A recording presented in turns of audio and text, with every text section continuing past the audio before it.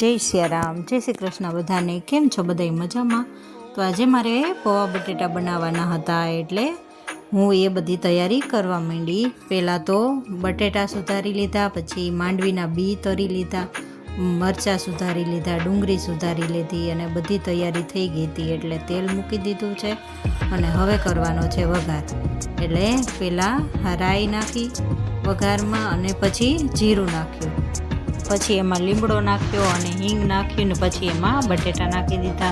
पछी एक तीखું मरचું सुधार्યું तो ए नाखी दीधुं। पछी पौवाने धोई लीधा मैं ચોખ્ખા पाणीमां एटले पौवा सरसना धोवाई गया। घणा लोको तो छाशमां धोवे एटले લીંબુની જરૂર पण न पड़े, एटले छाशमां धोयेला पौवा पण बहु मस्त थाय। एटले जो बटेटा ने आम जोयुं ने तो एकदम पाकी गया था।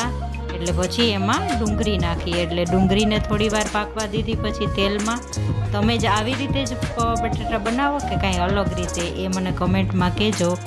एटले पछी थोड़ीक वार डूंगळीने पण तेलमां सातड़ी अने थोड़ी वार रेवा दीधी अने पछी जो मस्त मजानी डूंगरी पण पाकी गई थी तेलमां। अने त्यारबाद एमां आदू मरचा अने लसण खांडेलुं छे एनी पेस्ट नाखी दीधी एमां अने पछी एमां पौवा नाख्या।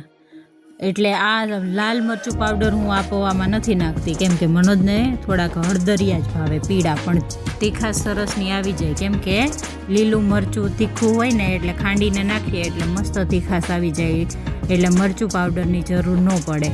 पछी एमां छे ने લીલી चटणी बनावुं ने एमांय थोड़ीक तीखी राखવું एटले बहु मस्त बनी जाय।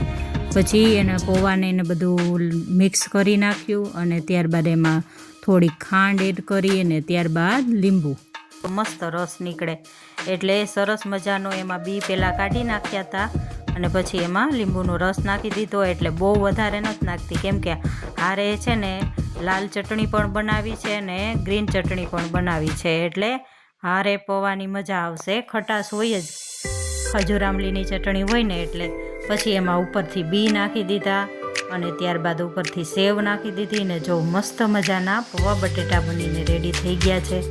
अने पछी उपरथी थोड़ी धाणा भाजी नाखी दीधी अने पछी अमारे बधाने जमवानो टाइम पण थई गयो तो अने ग्रीन चटणी ने रेड चटणी तो पहेलाथी ज बनावीने राखी दीधी थी एटले एनो कांई विडियो में लीधो नहोतो।